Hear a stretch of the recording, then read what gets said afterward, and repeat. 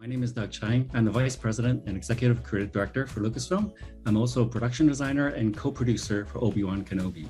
On Obi-Wan Kenobi, I was essentially charged with designing the look of the film, the characters, the environments, all the sets and the planets. And it was actually quite an amazing endeavor because it actually, Obi-Wan Kenobi bridges the prequels with the original trilogy. And it was a really terrific opportunity to actually finally blend those two aesthetics. One of the most interesting challenges for us was really to figure out we were going to go back to Tatooine and to really find that bridge. The fight is done. We lost. I mean, there are so many Easter eggs that we always try to put into these films because, myself, I'm a huge Star Wars fan and I love to pay respect to all of that. So in designing a lot of these films, we always try to sort of plant a little seed of something just for us, and maybe no other fans will see it, but I know it's there. One of our biggest challenges was, of course, how to portray a young Luke Skywalker and what did the homestead look like with Aunt Beru and Uncle Owen. And it was really interesting because, not a lot changes on Tatooine because it's a pretty timeless environment.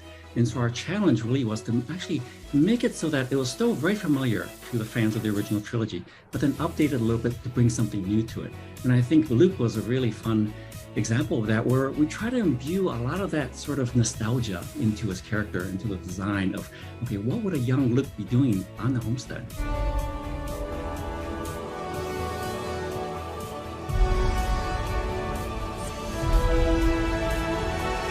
Stay hidden. My reaction when I first heard that we were going to do an Obi-Wan standalone series was one of like, yes, this is the right time. I was really thrilled. Obi-Wan Kenobi is one of my favorite characters, and to actually, learn more about his character and what happened between the prequels and the original trilogy was always something that I was really curious about.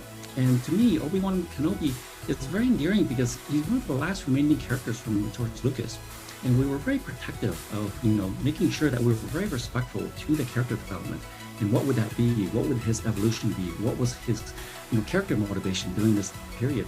Because obviously when we see him in New Hope, he's a completely different person.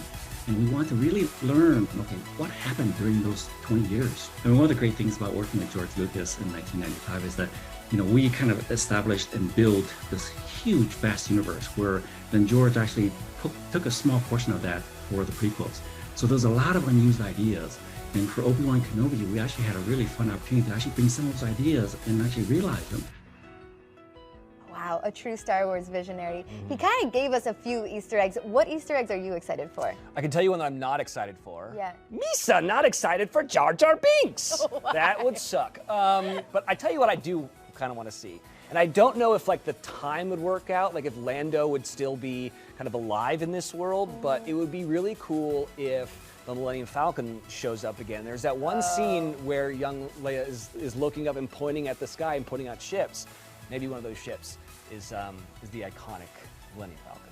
Okay, I'm kind of wondering if we're going to see a Qui-Gon appearance, because if I were a really obsessed Star Wars fan, I would be outside of Liam Neeson's house over the last 2 years, just with binoculars, seeing if he was leaving to go film something. Yeah. I think fans are waiting for that. He's got a very particular set of skills. One includes,